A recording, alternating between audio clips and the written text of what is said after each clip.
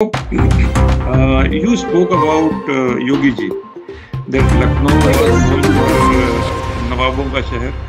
So, yeah. what has changed before and after Yogi ji in UP? So, people, there are many things which have changed. Many of good changes have happened. And अगर हम religious fronts की बात ना करें, that again is a huge achievement. I don't know how much viewers would like to see, know, and listen about it. But yes, that too is a huge amount of change.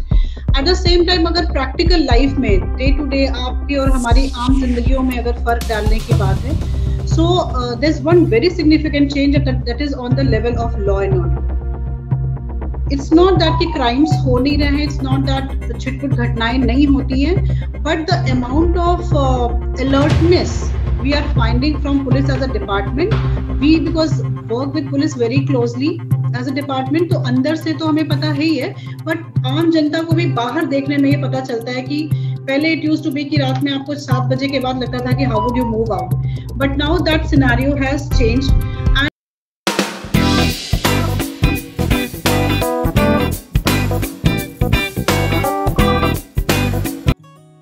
नमस्ते दोस्तों let's talk show के 21वें episode में आप सभी का स्वागत है। तो आज के इस एपिसोड में हमारे साथ एक बहुत ही स्पेशल गेस्ट हैं जिनका नाम मंजरी उपाध्याय। मंजरी जी बहुत अच्छा काम कर रही हैं। वो एक एनजीओ चलाती हैं जो कि लखनऊ में है और उत्तर प्रदेश में है। वो एक सोशल वर्कर हैं, प्लांटेशन करती हैं, वो एक साइकोलॉजिस्ट हैं, वो लोगों की बहुत अलग अलग तरीके से मदद कर रही हैं। दोस्तों, कितना मुश्किल होता है एक कॉर्पोरेट करियर छोड़ करके समाज सेवा करना या समाज के साथ में आना, एक महिला के लिए कि परिवार की देखभाल और साथ ही साथ में सोसाइटी में कंट्रीब्यूट करना।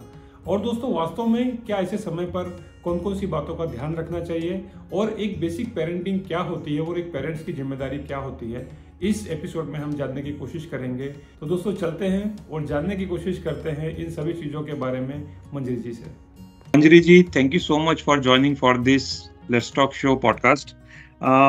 It's a lovely, bright Saturday morning. And wonderful to have you. We have already had one podcast together when we were discussing about, I think, the Women's Day or something, when other colleagues were also there with us. So I would like to bring this in the knowledge of everyone that a lady entrepreneur who started the journey from a job working in the private pharmaceutical company and then moving towards social service and here having own the entrepreneurial journey over a period of time. So many things are there that how a woman can be successful in managing the family relationship, job, and this whole lot of journey and serving the society and the community. So thank you so much for joining today morning. Please give just brief introduction what you do and your journey as of now. So thank you so much, Pankaj ji, for having me here. And yes, this Saturday is really special that I'm joining your podcast for the second time, and today it's a solo one. So I stay currently in Lucknow, that is very well known as city of Nawabs. Nowadays it is well known for Yogi ji and his administration too. So I'm privileged to be here in the city, and to be very honest, I don't want to leave the city in any coming time soon. On personal background, I'm married, mom of two naughty shorty kids. I have a daughter and a son. So they both are fulfilling my life. I have only one husband, so that's that's an interesting thing. And professionally, if we call my personally, I belong to a city, like a district called Jaunpur. Basic upbringing happened over there till class 12th. I was there. Then did my B Pharmacy. After completing my pharmacy, I joined pharmaceutical industry. And because I was not so good at studies and not at the behavior too during my student life, so there was a lot of distraction, lot of aimlessness in life. And fortunately, by the completion of my B Pharmacy, I started having the realization that this is enough. Now I should look forward for a better life.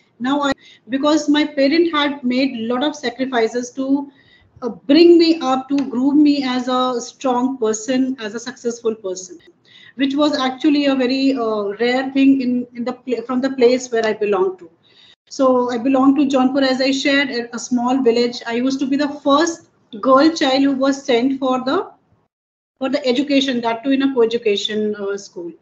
So to make them feel good, that whatever sacrifices they made, whatever stereotypes they broke, in those days, some 35, 36 years ago, they should feel proud that yes, their daughter has done something good.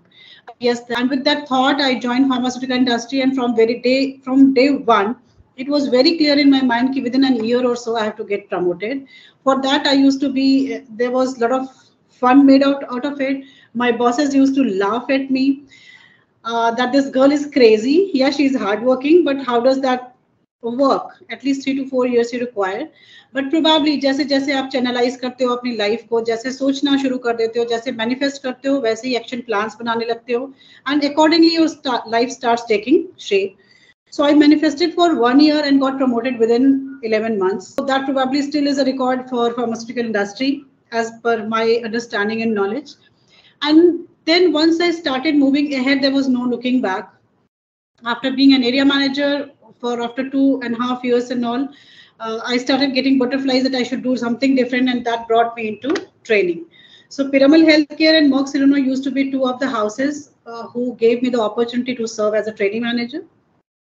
Now, this was the time when I got married, became mom of 2 kids, and after birth of my second child, it was being a bit tough because I didn't have anybody from my in-laws' place who could take care of kids, or even from my mother's side.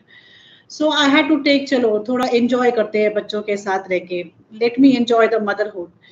So started living in Lucknow again in year 2012. So yeah, on one part of bringing up my child, helping them raise as good citizens, helping them on basic life skills, that was one part which I enjoyed as a mom. Taking care of the home as a homemaker. At the same time, the other creative and constructive part, जिसको बाहर engage रहना भी पसंद था, बाहर काम करना पसंद था, वो कहीं कहीं थोड़ा suffocated feel करता था, and I was trying to find out the purpose of my life. And during that, one good thing happened, that I took admission in 3 years law course. It was courtesy to my mom and my brother. My mother thought that this is the good time, like homemaking. When a female is on family way, that is a good time when you can spend over yourself, invest over yourself. So मेरी mother के हिसाब से अपने ऊपर invest करने के लिए पढ़ाई करने से ज़्यादा बेहतर और शायद कुछ भी नहीं होता है. You just upskill yourself. So I'm so fortunate I took admission in my law course because I got very good set of teachers. उन्होंने मुझे ये realize कराया कि knowing the laws of the land is actually just not limited to become a law practitioner going to the court and pursuing the cases. It's actually way beyond. By knowing the laws of the land, you can get better your own life, and you can serve to the society or also in the best possible ways with the amount and number of fundamental rights given to you. So that brought me a lot of confidence. I owe a lot to my teachers. 2 of them are sitting judges right now. And parallelly, I joined an organization as a volunteer. It was Give Me Trees Trust. People Baba is the founder of the organization. You'll keep finding me reposting and resharing his post over LinkedIn and Facebook. So उनके साथ हमने plantation करना सीखा, and planting was like banyan, people, pakar, neem, jamun, aam. So northern plains के जो tree species होते हैं उनको plant करना, and then nurturing them for next 3 years that they are ready to become trees. So this part of journey cumulatively filled me with the feeling and responsibility that abhi tak to whatever I did was to groom myself as a professional. Now maybe it is the time that I can start looking for paying back towards the society.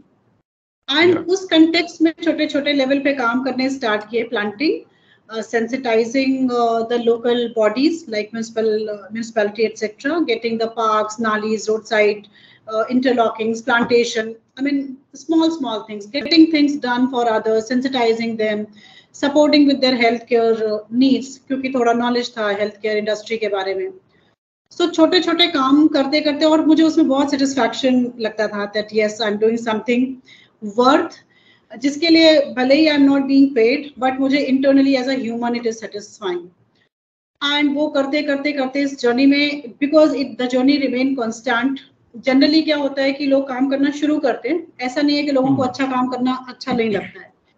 सो उनमें से कुछ लोग हिम्मत कर पाते हैं आगे बढ़ने की, और उनमें से भी बहुत कम लोग होते हैं जो इस यात्रा पे आगे बढ़ पाते हैं। Because as and when you join any set of work, चाहे वो आपकी प्रोफेशनल लाइफ हो जहाँ पे आपको पैसे मिल रहे हैं, चाहे सोशल वर्क हो, हर सेट ऑफ वर्क में कुछ तरीके के चैलेंजेस आते हैं। तो जहाँ पे पैसे मिलने होते हैं वहां पे तो चैलेंजेस को हमको फिर भी लगता है कि चलो पावी पेट का सवाल है, we have to accept it. But when it comes to the social work, after a certain time, when you keep getting the bombardments of judgments, point of views, and other different practical challenges, आपको लगता है मैं किस लिए इतना परेशान हो रही हूँ या क्यों इतना सरदर्द मोल ले रहा हूँ, ये मैं अपने लिए तो नहीं कर रहा हूँ, this is for the society. When you don't acknowledge it, why should I continue?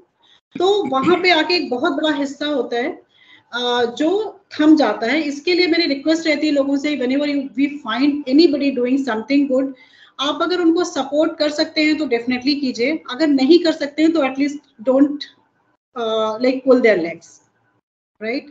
So I was very fortunate that I got a set of people who had been challenges, ऐसा नहीं कि मेरे पास नहीं थे। At the same time I met so many good great people who made sure that my journey remains constant.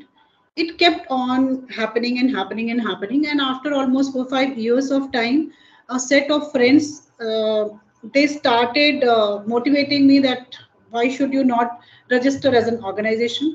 So to be very honest, I was not very sure whether we can ever become an NGO, because I didn't have very good mindset for NGOs too.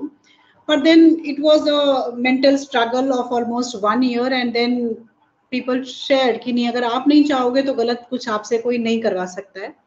So with that perspective, we registered as Jijivisha Society in 2018, June 2018.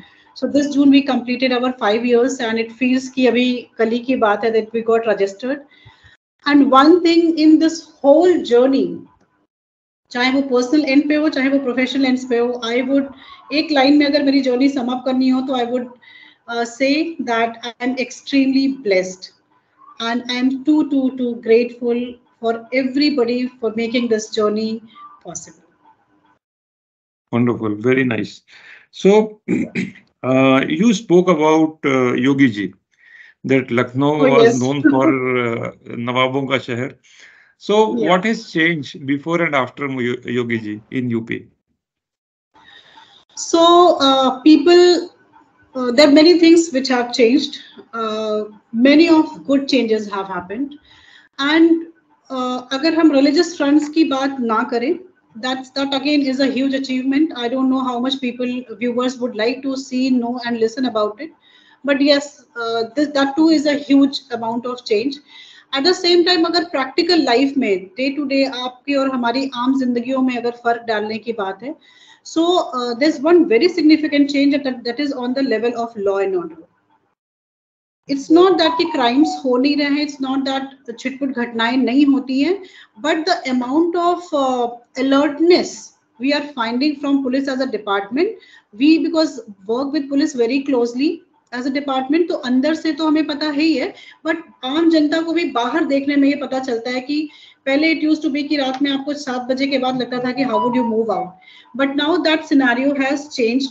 And this had been a survey through many of the rickshaw pullers, many of the home house helps. They share कि भाभी पहले बहुत डर लगता था जाने आने में अंधेरे में कहीं पे भी, but now we feel much safe because every 1 kilometer you will find few of the police men and women doing that gasht.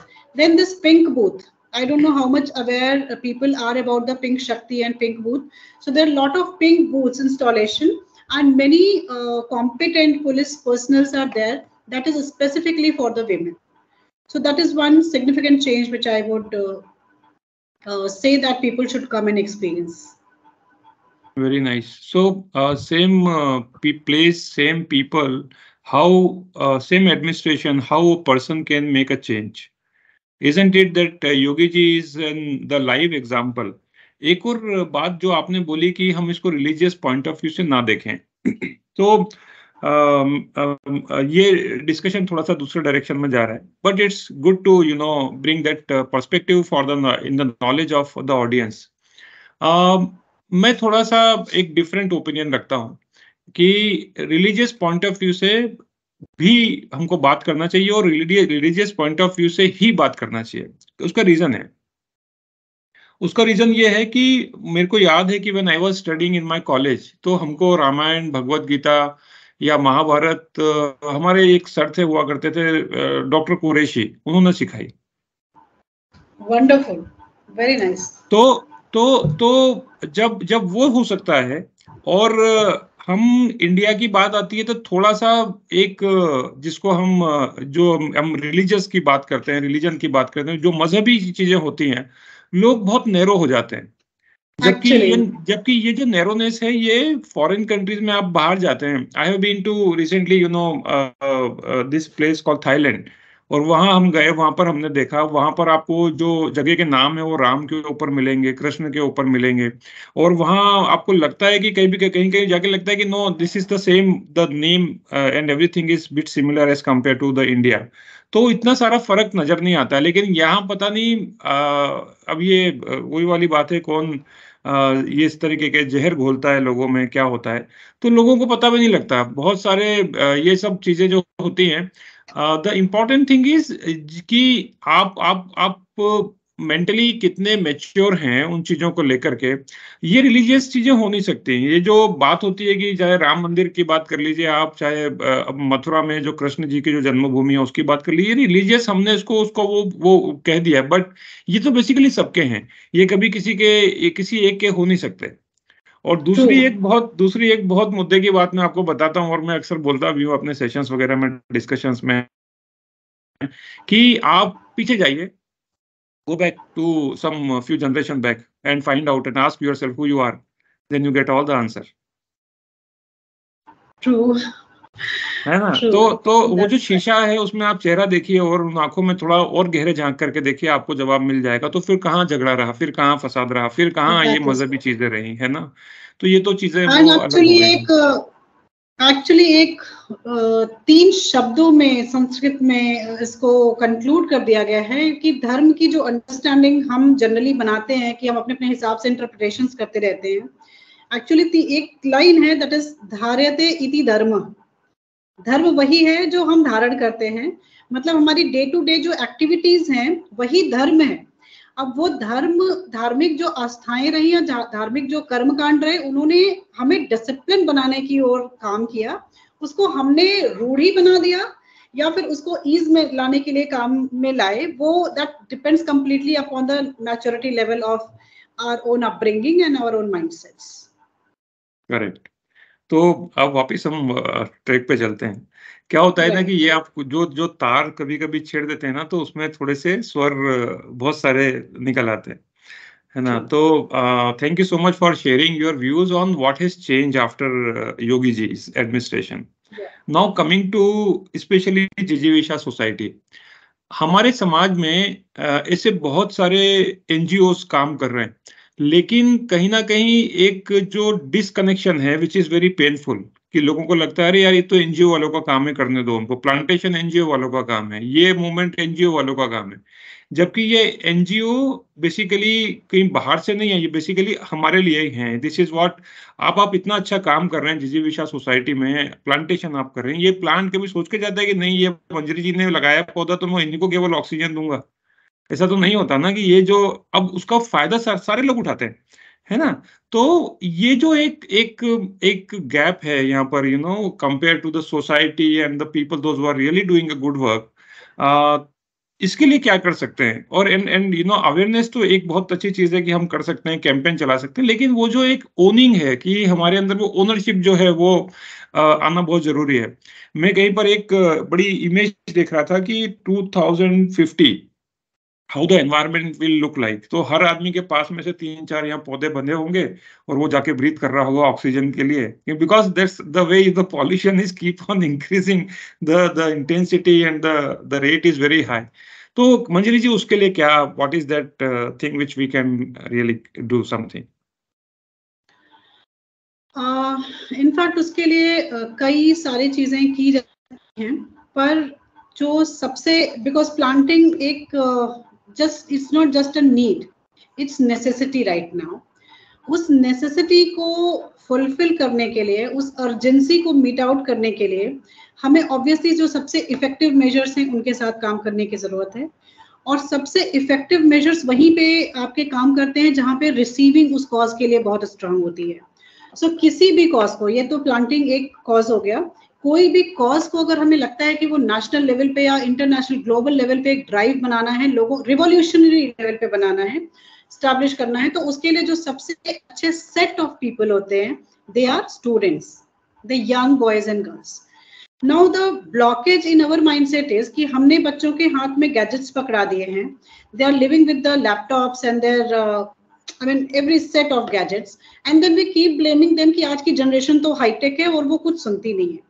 So my request in this case happens is कि अगर वो हाईटेक है, let us respect that, क्योंकि हम hi tech अभी बनने के process में हैं, हम शायद बुजुर्ग हो जाएंगे तक जितने हाईटेक बनेंगे उतना वो अभी से हैं, राइट?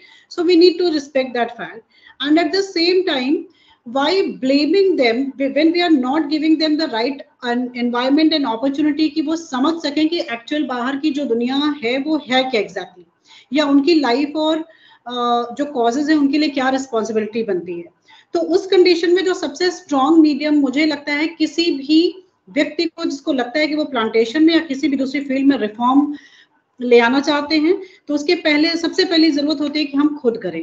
लाइक पीपल बाबा always used to tell me, शुरुआती दौर में मैं बहुत हाइपर हो जाया करती थी, लाइक एक्स्ट्रा एंथुसियास्टिक हो जाते थे एज प्लांटर, तो he always used to tell me कि Manjari calm down, you first plant your 500 saplings, maintain them for next 2-3 years, maintain a diary, and you should have the whole record of the plants you have planted कि कितने feet पे लगाया था और आज के समय में कितना बड़ा हुआ है। When you meet any school with the record of 500 to 1000 plants और उनकी detailed information आपके पास होगी, then any school will respect you. First walk the talk, travel the journey all alone. कोई मिलता है वेलकम, नहीं भी मिलता है it's okay, don't get disheartened कि आपने 1 लगाया या 1000 लगाए, पर आपके पास पहले खुद का किया हुआ काम होना चाहिए। उस काम के साथ में आप मिलिए, स्कूल्स को इन्वॉल्व कीजिए, बच्चों को इन्वॉल्व कीजिए। आप इमेजिन कीजिए कि अगर एक बच्चा अपने घर में एक इंडोर प्लांट ही सही लगा के रखता है, राइट? एक इंडोर प्लांट अगर एक स्कूल में 5000 बच्चे पढ़ रहे हैं और 5000 बच्चों ने अपने अपने घरों में एक प्लांट लगा दिया इंडोर, सो उससे जो ग्रीन कवर है उसमें कुछ इंक्रीमेंट हुआ, एटलीस्ट एक ट्री के बराबर का ग्रीन कवर 5000 जो इंडोर प्लांट्स हैं वो मिलके बना सकते हैं। So schools are one of the best places जिनके साथ आप इमीडिएट चेंज देख सकते हैं। उसके साथ में पॉलिसी मेकिंग एक बहुत बड़ा हिस्सा है, उसमें जो लोग बड़े लेवल के एक्टिविस्ट हैं, definitely their role should be there. और सबसे बड़ी चीज ये है कि जब स्कूल में हम गए, हमने बच्चे के साथ बात करी, बच्चा is very interested, teachers are enthusiastic, पर बच्चा जैसे ही घर पे गया और घर पे जाके पेरेंट्स को बताया, पेरेंट्स का थम्स डाउन, उनका ही नहीं, पहले तुम अपना फिजिक्स का और केमिस्ट्री का और मैथ्स का असाइनमेंट करके दो, ये सब होता रहेगा क्योंकि ये दूसरे का काम है। सो वहां पे पेरेंट्स से मेरी हैंडफुल रिक्वेस्ट रहती है that let us start encouraging the kids if they are participating in any of such sweet kind gestures, green gestures, क्योंकि बच्चा जब तक पेरेंट्स की ओर से मोटिवेशन नहीं मिलेगा, it will he or she will be disheartened और फिर बाद में it will end up doing nothing.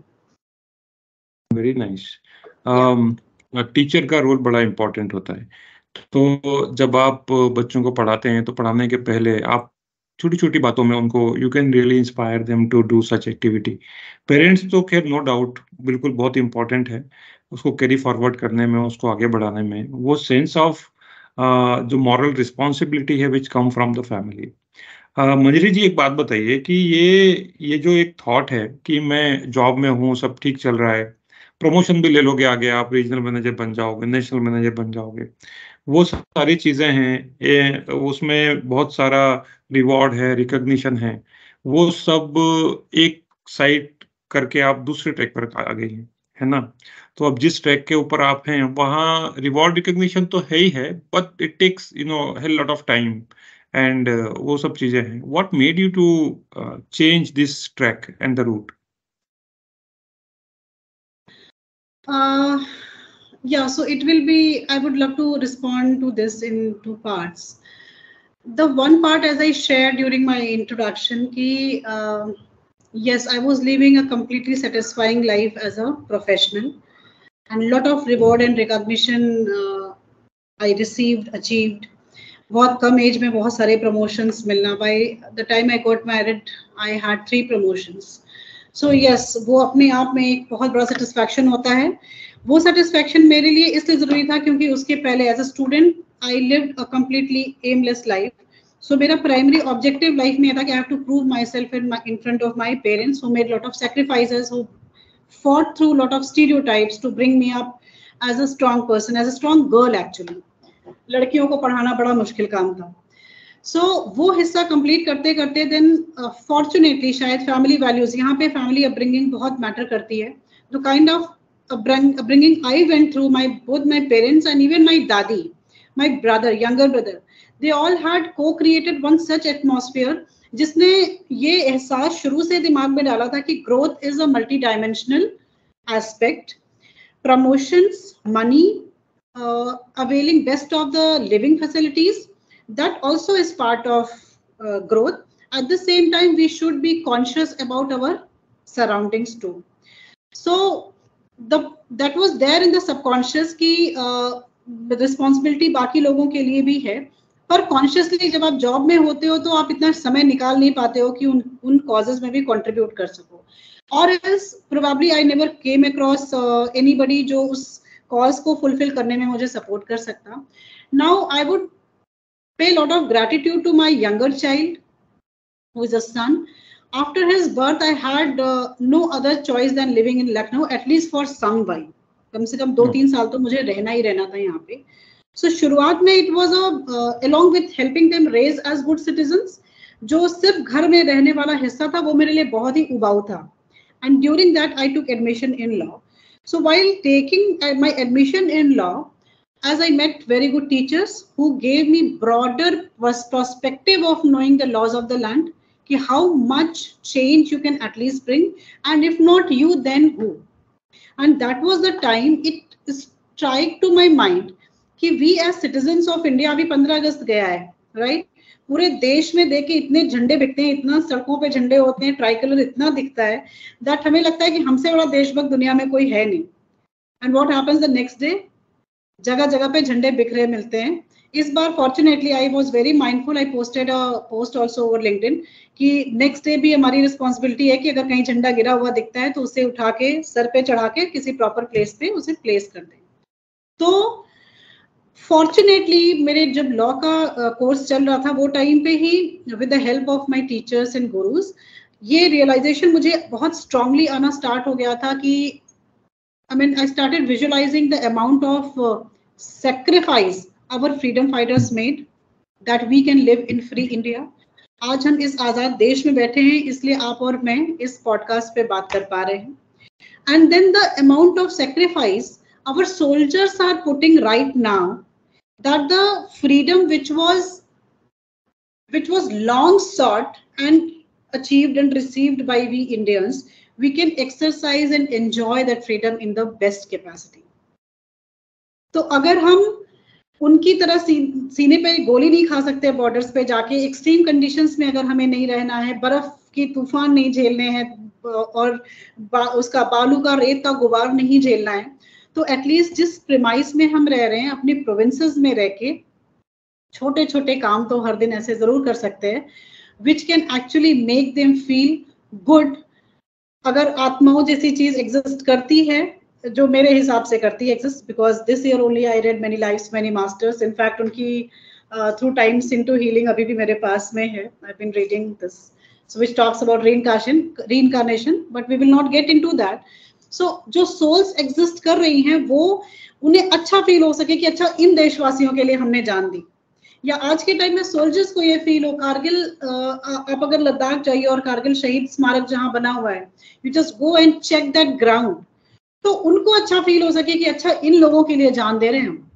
So and I had been very very fortunate initially कि मुझे वो कंसिस्टेंटली बना रहा थॉट इट्स नॉट दैट कि डिमोटिवेशन में वो सारे थॉट चले गए, जब अच्छा सोच रहे हैं तब तो अच्छा सोच लिया, बट जैसे चैलेंज आया वैसे खुद को विड्रॉ कर लिया. It kept on being with me. उसके बाद जो कि हमने प्लांटेशन स्टार्ट किया. सो जब आप एक प्लांट को लगाते हो ना, उसके बाद लगातार you keep manuring it, watering it, और उसमें नए कोपल, नए पत्ते आते हैं. सो वो अपने आप में इतने सेटिस्फाइंग होते हैं, इतने रिवॉर्डिंग होते हैं दैट दे मोटिवेट यू कि अच्छा आज आपने 5 लगाए हैं ना, 5 पौधे लगने के बाद पेड़ बन गए हैं, अब आपको 5 की बजाय 15 लगाने, या फिर 50 लगाने, 500 लगाने, 5000 लगाने. वो करते करते जर्नी आज के समय में 10,500 पे है. राइट. सो वो इतना बड़ा रिवॉर्ड है, इतना बड़ा रिकॉग्निशन है दैट आप एक रोड के पैथ से जा रहे हैं एंड यू फाइंड कि साइड में जो पूरी कैनोपी बनी हुई है वो पौधे आपके हाथ के लगाए हुए हैं, आपके लोगों ने सींचा है उन्हें, and that's how they are creating shade and shelter to so many bees, birds and butterflies. तो शुरुआती दौर ही जनरली मुश्किल होता है, वो समय तो निकाल लिया. तो अब लगता है कि ईश्वर ने इसीलिए चुना है और रास्ते आगे बनते ही जाएंगे. बहुत अच्छा. शायद हमारे समाज को और बहुत सारी मंजरी की आवश्यकता है. I wish. है ना? Now coming to the very important topic here, that whenever especially somebody wanted to do something new, somebody wanted to change the legacy, change the tradition, there are so many inhibitions are there. तो possibly पहला inhibition परिवार से आ सकता है, आपके close friend से आ सकता है, आपके खुद के मन की जो इनर वॉइस है वो भी कभी कभी we all decide between these two voices every time in the mind whenever we are decisive, whenever we are taking any decision, जब भी हम निर्णय ले रहे होते हैं. तो शेयर कीजिए इसके बारे में कुछ कि ऐसे क्या इनिशियल इनहिबिशंस थे. हो सकता है आपके खुद के मन में हो, या हो सकता है सराउंडिंग से फ्रॉम द सम वॉइसेस, जो किसी के भी हो सकते हैं. And how what made you to overcome and how have you overcome on all those negative voices? So इस मामले में भी I was actually comparatively luckier than many others, क्योंकि बाकी लोगों की लाइफ में जब सुनती हूँ तो उनकी लाइफ में एक्चुअली बहुत ज़्यादा चैलेंजेस होते हैं. मेरा सबसे बड़ा चैलेंज ये था कि मुझे मेरे थॉट प्रोसेस पे कभी मैंने डाउट नहीं किया. मतलब जो इनर कॉलिंग थी उसके लिए आई वाज वेरी क्लियर, क्योंकि मेरा जो ओरिएंटेशन था वो सोल्जर्स और फ्रीडम फाइटर्स से आता था. तो अगर आप मान लीजिए कि डिमोटिवेटेड फील कर भी रहे हो and when you start thinking about them, अपने आप सब छूमंतर हो जाता है.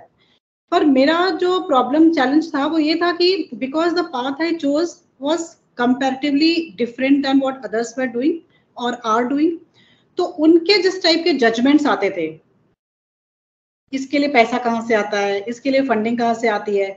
अभी मैं कैसे किसी को बताऊं कि जनरली लड़कियां जब मायके जाती हैं, ससुराल में होती हैं, रिलेटिव्स के यहाँ जाती हैं, तो हमारे यहाँ शगुन देने का रिवाज होता है. मम्मी है, सास ससुर है, कुछ भी थोड़ा सा छुपा के, बचा के या दिखा के, कैसे भी वी हैव अ टेंडेंसी. तो जनरली महिलाएं सेवर्स के तौर पे फैमिली में सेविंग करने के लिए जानी जाती हैं. बस मैं थोड़ी इसका उल्टा रही. सो लोग उसको बचा के अपने लिए कुछ भी सेविंग्स कर रहे हैं, गोल्ड ले रहे हैं या किसी भी एसेट में इन्वेस्ट कर रहे हैं. मेरा होता था कि whatever money I used to receive, I used to put that into the planting. कभी अगर 5,000 रुपए हैं तो 50-100 पौधे भी खरीद लिए, कभी अगर पैसे नहीं है तो कुछ भी नहीं खरीदा. तो ये वाला हिस्सा ना लोग एक्सेप्ट करने को तैयार नहीं होते हैं कि अच्छा अपने पैसे लगा के आप पौधे लगाते हो. तो ये जो पॉइंट ऑफ व्यूज कभी कभी आते थे, that was not very often I would say, but जब भी आते थे तो थोड़ा सा लगता था कि जो कर रही हूँ सच में सही कर रही हूँ क्या. फिर ये स्टेज क्रॉस होने के बाद अब धीरे धीरे बच्चे इतने बड़े हो गए थे कि वो चीजें थोड़ा थोड़ा समझने जानने लग गए थे. तो देयर क्वेश्चन स्टार्टेड रेजिंग कि मम्मा, दूसरों की मम्मा तो बाहर जाती हैं तो they earn money and they invest upon them. तुम अगर जाती हो, कुछ पैसे कमाती भी हो, तो वो भी सोशल सर्विस में खर्च कर देती हो. So they had their question to me, and which was okay considering the social norms and structure. उसके लिए बहुत सारा काम करने की जरूरत पड़ी. मैंने उनको बहुत सारे सोशल वर्कर्स की, रिफॉर्मर्स की, सोल्जर्स की, फ्रीडम फाइटर्स की बहुत सारी स्टोरीज सुनाई, बहुत सारी पैट्रियाटिक मूवीज दिखाई. एंड ये उनके सबकॉन्शियस में लगातार I kept on filling up कि कौन सा ऐसा थॉट प्रोसेस रहा होगा, what was their vested interest into doing this much of sacrifice, कि वो उन्होंने हमारे लिए अपनी जान दी. तो धीरे धीरे धीरे करके बच्चों ने भी समझना शुरू कर दिया।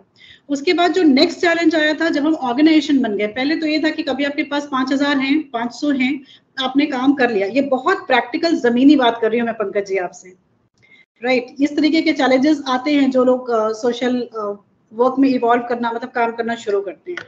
तो लेकिन फिर भी जब पैसे हैं आपके पास, आपने किया, नहीं है तो आप चुपचाप घर में बैठे रहे, सो गए, राइट। पर जब आप ऑर्गेनाइजेशन बन जाते हो, राइट, सो आपके पास आप ये अफोर्ड नहीं कर सकते कि मन किया तो काम किया, नहीं मन किया तो नहीं किया। आप काम करो ना करो, but there are certain formalities, जो लीगैलिटीज हैं, जो आपको फुलफिल करनी ही करनी है, राइट। सो उसके लिए you require resources, you require funds, and that was the time कि हमें ये देखना था कि ऐसा कौन सा रेगुलर सोर्स ऑफ फंडिंग हमें मिल सकती है जिसके थ्रू हम अपना काम सस्टेन कर सकते हैं। तो we were trying to find out the ways and means, और उसी वेज एंड मीन्स ढूंढने की प्रक्रिया में, because I had a background of training, fortunately I was a trainer with Piramal, और आपको पता ही है कि Piramal spend lot of time, energy and money over their trainers to build them up as great trainers. तो वो टाइम ने बहुत हेल्प किया मुझे, मेरे उस टाइम के बॉसेस की स्कोल्डिंग ने बहुत हेल्प किया to become a good trainer. फिर मैंने लॉ की पढ़ाई की, and I also did my NLP practitioner certification. थोड़ा थोड़ा काम अपने ऊपर करती रही थी, तो कहीं ना कहीं से ये लगना शुरू हुआ कि training can be a good way for us to raise money. अभी ये ट्रेनिंग एंड फंड रेजिंग, ये अनदर क्रेजी सेटअप था। So I started getting judgments from few of the very close friends, which actually like hurt me for some while. Ki now you are over with your period of social working. You want to become a pastry celebrity, and that's how you want to enjoy the life of corporates again. तो then I got into that self doubt कि अच्छा सच में तो नहीं, मैं ऐसे crazy तो नहीं हो जाऊंगी to become a pastry one and being always published in newspapers and all. पर वो सब करते करते भी जो इनर कॉलिंग थी, तो अगेन दैट सोल्जर्स वाला एंड फ्रीडम फाइटर्स वाला factor that help me come out of it. And trust me, जब मैंने दोबारा ट्रेनिंग में काम करना स्टार्ट किया था, it was as much challenge to me कि 6-7 साल का गैप था। मुझे लैपटॉप पे पावर पॉइंट्स के लिए कीज दबाने में भी मेरी उंगलियां कांपती थी कि बनाएंगे कैसे, पावर पॉइंट प्रेजेंटेशन कैसे बनाएंगे, कैसे, किससे मांगू, किससे प्रेजेंटेशन तैयार करवाऊं। पर शायद आपकी कॉलिंग हायर होती है, जब पर्पस हायर होता है लाइफ का, तो धीरे धीरे धीरे करके रास्ते भी अपने आप मिलते जाते हैं।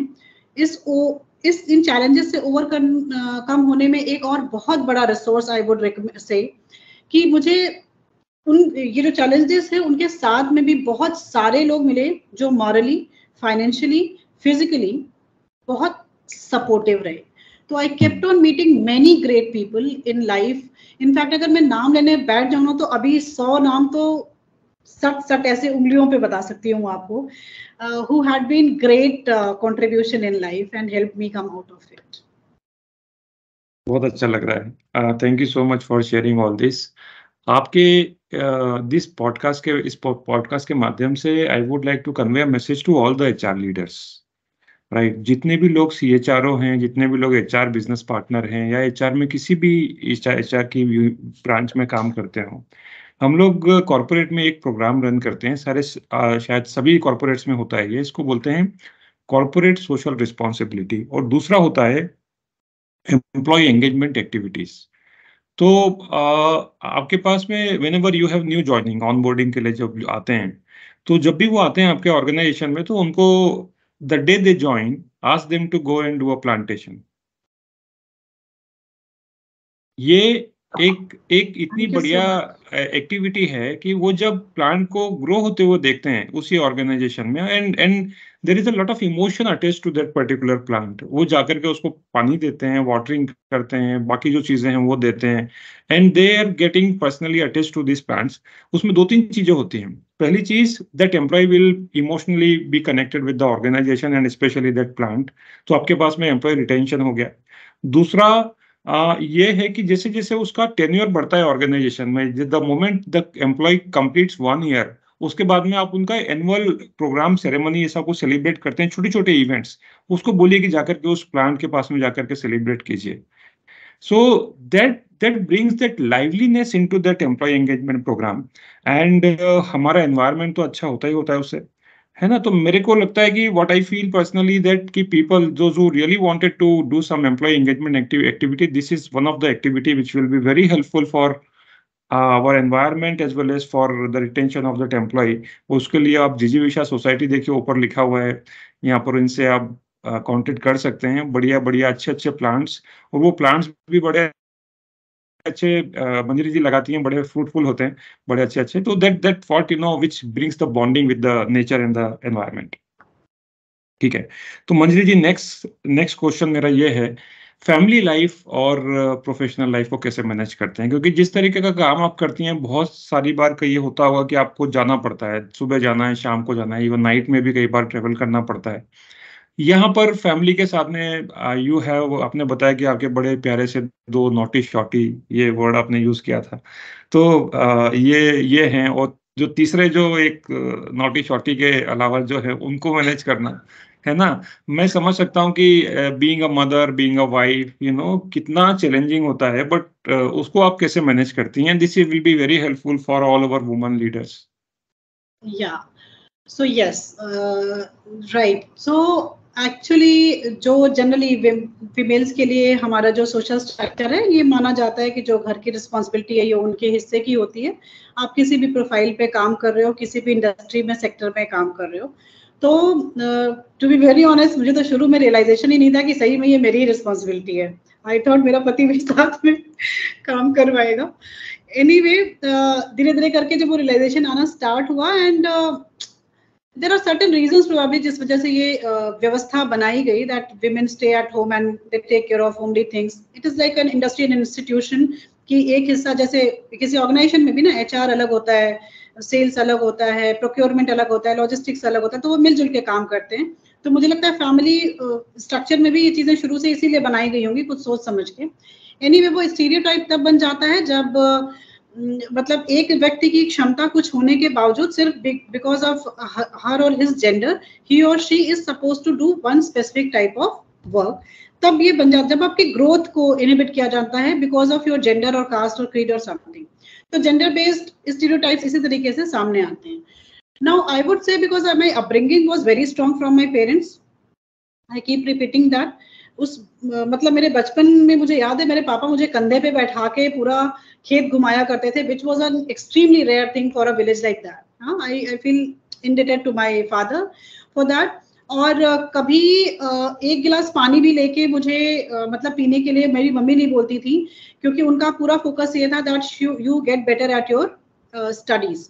तो I am too blessed as a daughter. मेरा ब्रदर भी बहुत सपोर्टिव रहा। जनरली लड़के छोटे हों या बड़े हों, भाई छोटे होते हैं या बड़े होते हैं, they are set to be the boss to the sister, वो छोटी हो या बड़ी हो। But my brother also had been very very supportive to me throughout. And after this marriage episode and all, जो एज ए शेयर नो कि मैंने decide किया कि कुछ टाइम के लिए ब्रेक लेते हैं। सो जब ब्रेक लेना स्टार्ट किया तो भी कहीं ना कहीं से सबकॉन्शियस में ये हिस्सा था कि कुछ तो आगे करना है। आई वॉज नॉट श्योर कि क्या करना है, बट ये श्योर थे कि कुछ करना है। और उस कुछ करने की जर्नी में I kept one thing very very clear, कि मेरे बच्चों को मैंने बहुत छोटे एज से ही ट्रेन करना स्टार्ट कर दिया था ऑन बेसिक लाइफ स्किल्स। जैसे हमारे घर में हाउस हेल्प होते हैं, वी हैव सपोर्ट फंक्शन अच्छा खासा, पर उनको इस तरीके से ट्रेन करा कि अगर सपोर्ट फंक्शन नहीं भी है तो दे कैन कुक प्रॉपर दाल चावल रोटी सब्जी सलाद अचार, everything that they can do, and that happens in our home. मेरे दोनों बच्चे करीब करीब सारे काम कर लेते हैं। माई सन कुक सच गुड पूड़ीज, नो आप कभी लखनऊ आइए तो आपको पूड़ियाँ खिलाऊंगे मैं उसके हाथ की सिकी हुई, राइट। तो बच्चों की ट्रेनिंग शुरू से इस तरीके की कि whether they are fooding, they having a glass of water in the early in the morning, garam pani, नींबू पानी, then दूध, then I mean all their eating habits and rest of the life skills, उसको इस तरीके से custom किया, इस तरीके से ट्यून किया कि now even if I'm not at home, even if both the parents are not at home, so they manage themselves. वैसे कोई ना कोई रहता है, both of us work out and plan our touring in such way कि at least one of us is staying in Lucknow. तो इतना ध्यान Anil who is my husband, and I am blessed to have him as my other half.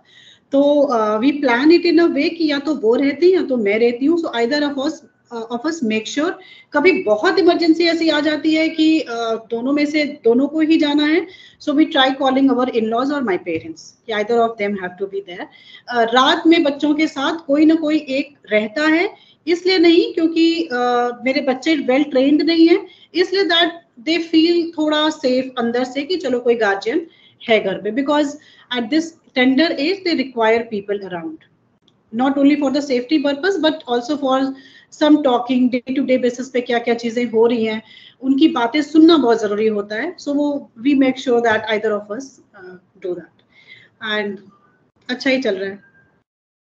अच्छी वाली मम्मा हो आप, बहुत बढ़िया वाली। हाँ अच्छी तो हूँ, बच्चों से पूछिए। हाँ नहीं नहीं, आप the way you are training your kids, आप उनको सोशल रिस्पॉन्सिबिलिटी, मॉरल रिस्पॉन्सिबिलिटी और how to become independent, that's the important thing. तो बहुत सारे लोग जो होते हैं ना, I think this is important for every parent to understand कि बच्चों की अपब्रिंगिंग कितनी इंपॉर्टेंट होती है। This start from specially mother, अगर उसको उसके ऊपर थोड़ा ध्यान देती हैं तो वो बहुत अच्छा होता है। Thanks to Anil ji also, है ना। तो एक चीज हस्बैंड का और सब, हाँ एक चीज और मैं ऐड करना चाहूंगी। जनरली अभी आपने कहा ना आप अच्छी वाली मम्मा हो, ट्रस्ट में दुनिया की सब मम्मा अच्छी होती हैं। जस्ट दैट एज मदर्स कभी कभी एज पेरेंट्स हम ना इतने ओवर केयरिंग अपने बच्चों के लिए हो जाते हैं कि उस चक्कर में ना उनकी जो रियल कैपेसिटी होती है, रियल कैलिबर होता है, उसको बाहर आने ही नहीं देते हैं। We just want to be over pampering. वहां पे थोड़ी सी मैं डिफरेंट हो जाती हूँ, जहां मुझे लगता है कि they should start exploring things on their own, क्योंकि लाइफ लॉन्ग मैं या उनके फादर या हम में से कोई भी हमारे बच्चों के साथ रहने वाला नहीं है। तो उस कंडीशन में थोड़ा रिस्क भी लेती हूँ, थोड़ा एक्सप्लोर करने की अपॉर्चुनिटी देती हूँ, थोड़ा सा हस्बैंड प्रोटेक्टिव रहते हैं being a father, but when we talk together we sort out things and when we show the larger picture he understands. And ये रिक्वेस्ट मेरी बाकी पेरेंट्स से भी होती है कि बच्चों को इतना ज्यादा मत पैम्पर कर दीजिए, इतना ज्यादा फैसिलिटी सेवी मत बना दीजिए कि आने वाले टाइम में कभी कोई अनफॉर्चुनेट इंसिडेंट, अभी never, we cannot predict the future, कि आने वाले समय में कुछ भी गड़बड़ हुआ तो बच्चा बिल्कुल सर्वाइव ही ना कर पाए। अपना सर्वाइवल करना बच्चों को जरूर आना चाहिए। अभी कोविड बीता है and we as a counsellor and a consultant में बहुत सारे ऐसे पेरेंट्स बच्चों को मिली जिनके दोनों पेरेंट्स नहीं रहे कोविड के टाइम में। ईश्वर ना करे हम में से किसी के साथ ऐसा हो, पर एटलीस्ट ऐसी सिचुएशन में तो बच्चे को हम ट्रेन करके जाएं ही, लीगेसी छोड़ के जाएं कि वो खुद को सर्वाइव करा सके। तो that would be a request to all the parents कि सिर्फ एसी की हवा से बाहर निकाल के थोड़ा रियल लाइफ में भी उनको जाने दें, क्योंकि हम ऐसे ही पैदा हुए हैं और ईश्वर ने जैसा हमें पैदा किया है, जिस एनवायरनमेंट में पैदा किया है, एकदम सूटेबल हमारे लिए वो एनवायरनमेंट रहा होगा, इसीलिए पैदा किया हुआ है, irrespective of all the globalisation and all the facilities we have. बहुत अच्छा, वेरी नाइस। तो जब आप बच्चों के साथ में सुबह से लेकर शाम तक जब भी आप इंटरेक्ट करते हैं, रात को बच्चे जो होते हैं ना, वो बेसिकली अगर आप उनको छोड़ देंगे ना तो वो सब करेंगे जो अनवांटेड चीजें हैं, क्योंकि ये दिल और दिमाग के बीच का फर्क वो बिल्कुल समझ ही नहीं सकते।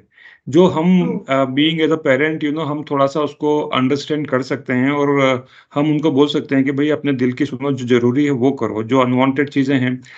घंटों घंटों तक मोबाइल पे लगे रहते हैं, वो डोरेमोन देख रहे हैं। मैं देखता हूँ खाना खाता है बच्चा तो खाना खा रहा है या दूध पी रहा है या दाल चावल खा रहा है तो सामने टीवी चल रहा होता है या मोबाइल पे स्क्रीन पे कुछ चल रहा होता है।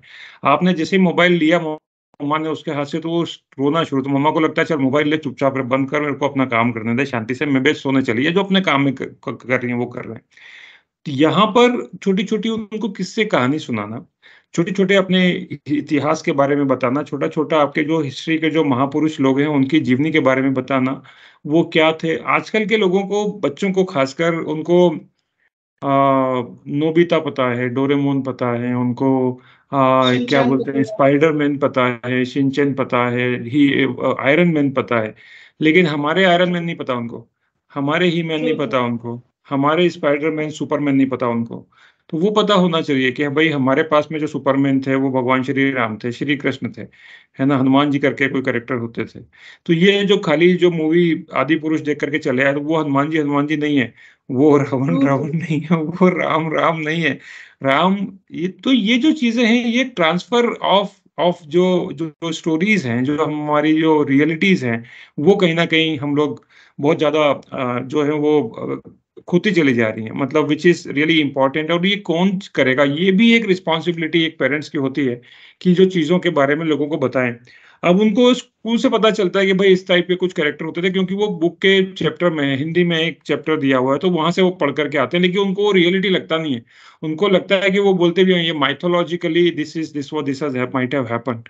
अब ये माइथोलॉजिकल नहीं है, ये बेसिकली जो लिखने वाले जो लेखक है उनको भी समझना चाहिए कि माइथोलॉजिकल चीजें नहीं होती हैं, there are immense and number of evidence are available. Right. अभी मैं बहुत important message I would like to convey to all the people कि कम इन फ्रंट। हम सब लोग, हमारी 4-5 रिस्पॉन्सिबिलिटीज होती हैं। सबसे पहली रिस्पॉन्सिबिलिटी वो होती है जो हमारे खुद के लिए होती है, फॉर माई सेल्फ। दूसरी रिस्पॉन्सिबिलिटी जो होती है वो हमारे परिवार के लिए होती है, what I am doing for my kids, for my wife, for my husband, for my mother, grandfather, grand parents, इनके लिए। तीसरी होती है what I am doing for my own community, मेरा जो समाज है उनके लिए मेरी क्या रिस्पॉन्सिबिलिटी होती है। चौथी होती है मेरे देश के लिए। और जो पांचवी और सबसे बड़ी रिस्पॉन्सिबिलिटी होती है what I am doing for this environment and the nature. तो वहां पर I feel that the organisation like Jijivisha society, if you come in front and take in joint help hand in hand with the Jijivisha Society and such organizations, I think you are seeing some bigger purpose in the life. तो दिल खोल के आपको सामने आना चाहिए। और कब तक हम ये अपने आप को लिमिट करते रहेंगे कि परिवार के लिए, समाज के लिए? Come in front and then whatever the best possible way is there, support them, help them. अगर आप नहीं कर सकते तो आप उनके लिए कीजिए जो वो कर सकते हैं, and encourage such social cause in the activities. मंजरी जी, कुछ आप बोलना चाहती हैं, last message you would like to communicate to the people? मैं चाहूंगा कि ये जो वीडियो है, ये जो पॉडकास्ट है हमारा, ये सभी लोग देखें, खासकर समाज में ऐसे लोग जितने भी हैं जो कॉर्पोरेट में काम कर रहे हैं, जो एक अच्छी पोजीशन पे हैं, एक अच्छी डेजिग्नेशन पे हैं, they must see and watch and learn from this podcast and share this with other people. So my message is like, जो लाइफ दिख रही है वो हमारी एक लाइफ दिखती है। हालांकि there are so many incarnations as well that exist. It is scientifically very much evident now. Hindu mythology में बहुत पहले से बताया जाता था, पर now after so many experiments of doctor Brian Weiss, जो मॉडर्न साइंस है, साइकोलॉजी है, उसने भी इसको एस्टैब्लिश कर दिया है। ठीक है, रीइंकार्नेशंस आर अवेलेबल, पर जो रियल अभी की लाइफ होती है वो इसलिए होती है that we can serve at least some such purposes, जिसकी वजह से when we pass after this body, तो जो स्पिरिट फॉर्म में जब हम पहुंचते हैं या लास्ट ब्रेथ जिस समय पे ले रहे होते हैं, so we should have that satisfaction कि इफ नॉट टू मच, तो at least some bit of contribution I have made, not only to myself but to my family, to my community, then to my society, and then the nation, and obviously हमारा कोई भी देश, community, हम स्वयं इसी विश्व का हिस्सा हैं। और विश्व का नागरिक होने के नाते हमारी जिम्मेदारी का कुछ अंश हम पूरा करके जाएं, that is very very very essential. इसके साथ में एक बहुत इंपॉर्टेंट चीज, why I am so particular about this, लोगों को थोड़ा हाइपोथेटिकल लग सकता है या फिर बहुत फिलोसफिकल लग सकता है, पर अगर शांति से बैठ के सोचें तो we will understand and acknowledge कि अगर हमें मनुष्य बनाया गया with an evolved set of mindset and analytical powers and capabilities, वो उसके पीछे क्या पर्पस रहा होगा ऑलमाइटी का। हमें भी गधा, घोड़ा, कुत्ता, बंदर, हाथी कुछ भी बना के भेज सकते थे ना वो, but why only the creation of human homo sapiens happened? वो इवॉल्व माइंडसेट और एनालिटिकल कैपेबिलिटीज से क्यों नवाजा गया हमें? Because God probably would have certainly, probably और सर्टेनली शायद कंट्राडिक्ट कर रहा है, गॉड वुड हैव थॉट कि with this evolve mindset and analytical properties the homo sapienses would carry forward the added responsibility towards other creatures as well, right? So उसका ही contradiction खाली हो गया कि हमने चूंकि इवॉल्व माइंडसेट मिला, इवॉल्व सोचने समझने की एक क्षमता मिली, तो हमें लगा जो कुछ करना है वो हम सब कुछ हमें खुद के लिए करना है, जबकि दरअसल हमारी जिम्मेदारी हमारे साथ साथ सोसाइटी के साथ साथ कम्युनिटी के साथ साथ उन दूसरे क्रिएचर्स के लिए भी है जो लिविंग बीइंग्स हैं और जो अर्थ में शायद तब से रह रहे हैं जब होमो सेपियंस था भी नहीं। या तो हमारी एक लार्जर रिस्पॉन्सिबिलिटी को फुलफिल करने के लिए ये जन्म मिला है।